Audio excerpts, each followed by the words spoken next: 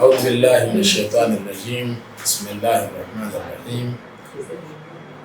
الحمد لله رب العالمين. صلى الله على محمد وآل محمد. اللهم صل على محمد وآل محمد وصل على جميع الأنبياء والمرسلين وعجل فرجهم.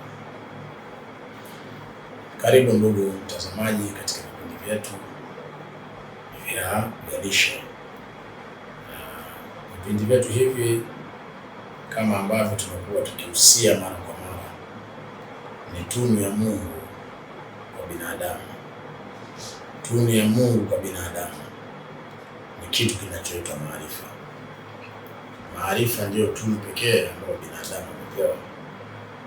Kupitia tunu hii binadamu anakuwa ni mkubwa sana, ana hadhi sana, ana thamani sana kulikuwa ni viumbe wengine wote. Na kama kuna nabii alikuwa juu ya nabii mwingine, ni kwa sababu ya tunu ya maarifa. Allah anawapa manabii maarifa ya kujua vyakula ambavyo binadamu akivila itamsaidia kufika sehemu anayohitajia. Katika vipindi vyetu vya lishe tulikuwa tukijadili kipengele cha mlo kamili. Tulisema tutakijadili mara kwa mara. Lengo ni ili, ndugu mtazamaji, jambo hili liingie kwenye mazoea yake, lihame katika mazoea, liingie pia katika utamaduni wake. Ndio lengo la kukariri hili jambo mara kwa mara. Tukasema mlo kamili ni lazima katika mlo wako upate kitu kinachoitwa vitu vinavyoongeza wanga mwilini, na tulisema kwamba wanga ni miongoni mwa vitu ambavyo vinaongeza nguvu kwenye mwili wako. Lakini katika mlo wako ni lazima upate vitu vinavyoongeza protini katika mwili wako. Protini ni muhimu sana katika mwili wako. Kwa nini? Kwa sababu protini huwa zinasababisha makuzi bora yanayotakiwa ya mwili wako, na hasa kwa watoto na vijana. Mtoto anahitaji kukua, moja katika hitajio lake ni kukua. Kijana, moja katika mahitajio yake ni kukua. Unamuona kijana anakuwa mdhaifu, tunajiuliza ni kwa nini anakuwa mdhaifu. Ina maana moja katika mambo ambayo yamekosekana kwenye mlo, kwenye vyakula, kwenye system ya chakula, ni mambo ya protini. Kuna protini muhimu sana ambazo binadamu anazihitajia kwenye chakula, adumu nazo ili apate makuzi sahihi, makuzi yanayohitajika. Mwili utafanya vipi maboresho kama hakuna protini? Ni vigumu sana. Lakini miongoni mwa vitu muhimu sana ambavyo tutavihitajia na baadaye tutakuja kuvieleza pia kwa undani wake ni mambo ya vitamin. Vitamin ni vitu muhimu katika mwili wako. Ukikosa vitamin, yani wewe, sijui nitakufananisha na mti uliokauka, sijui hata nisemeje. Sasa vitamin ni virutubisho muhimu, vinafanya kazi nyingi. Kwanza, vinapokosekana vinaweza vikawa ni chanzo cha baadhi ya magonjwa mengi tu. Kwa mfano, kukosa vitamin C, nini kinachokukuta? Utakumbwa na mambo mengi wewe. Ngozi yako pengine haitotamanika, magonjwa ya macho, magonjwa si vitu gani, vitu mbalimbali vinaweza vikakukumba wewe unapokuwa unakosa vitamin. Na vitamin ni nyingi, na ndio pia ni somo peke yake ujue vitamini hii inakuwaje na inapatikana kwenye vitu gani. Hilo somo pia na lenyewe pia itakuja taratibu. Nasisitiza vitamini katika mlo ni jambo la msingi sana. Tunapoeleza sala mambo ya vitamini tunazipata kupitia matunda, na ndio maana tunasisitizwa kwamba unapokuwa unakula kwa uchache lazima uwe na matunda.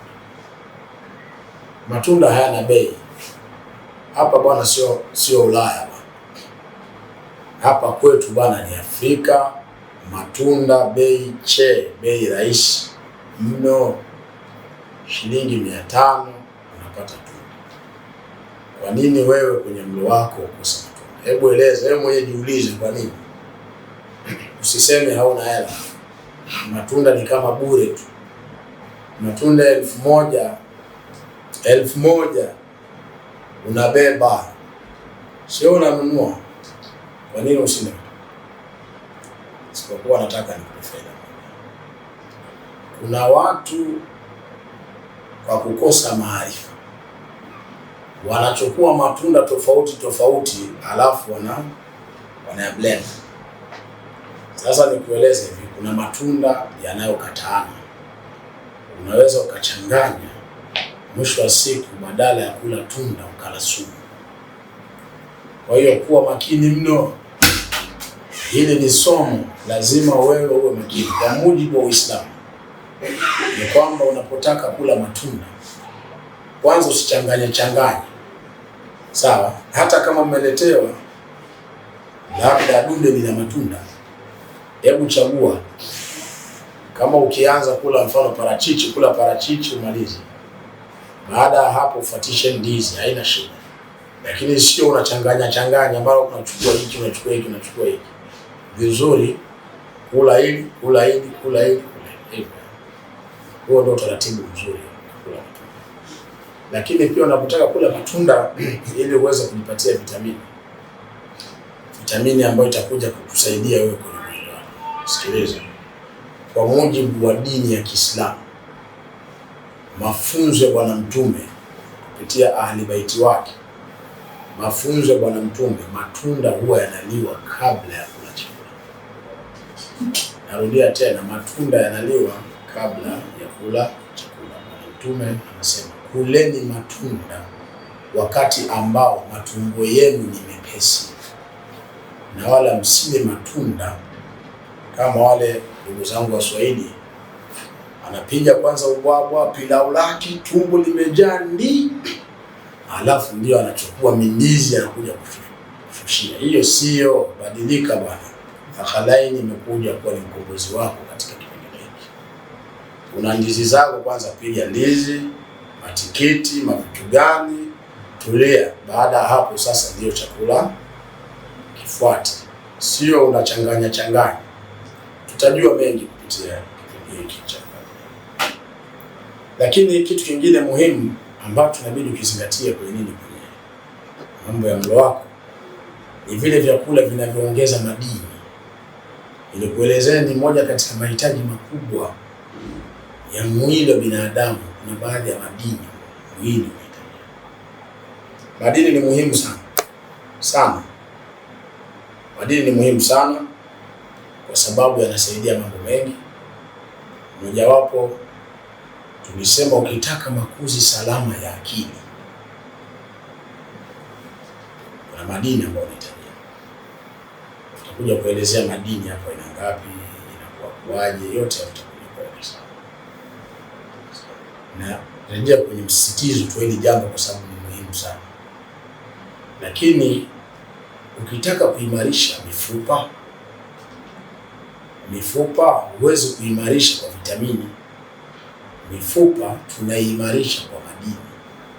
Kuna madini ambayo ni muhimu, unapokuwa nayo mifupa yako inaimarika, na yanapopungua mifupa yako inasagana. Kwa lazima wewe ufahamu, ukiona magoti yananiuma, sijui hiki kinaniuma, sijui hiki, sijui kile, sijui hiki. Kama ni mambo ya mifupa, kuna baadhi ya vitu, kuna baadhi ya tiba, kuna baadhi ya lishe maalum ambazo kwa wakati huo unazihitaji. Lakini hata kabla ya hapo pia inabidi katika mlo wako hiyo. Lakini la msingi na la mwisho pia, swala zima la maji ni muhimu mno. Maji ni muhimu mno na faida zake kwa undani tutakuja kuzielezea.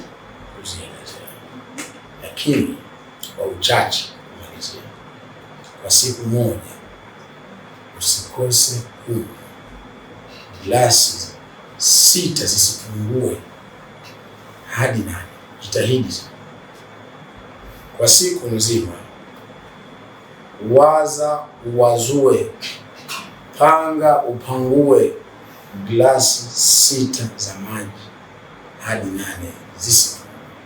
Wassalamu alaikum.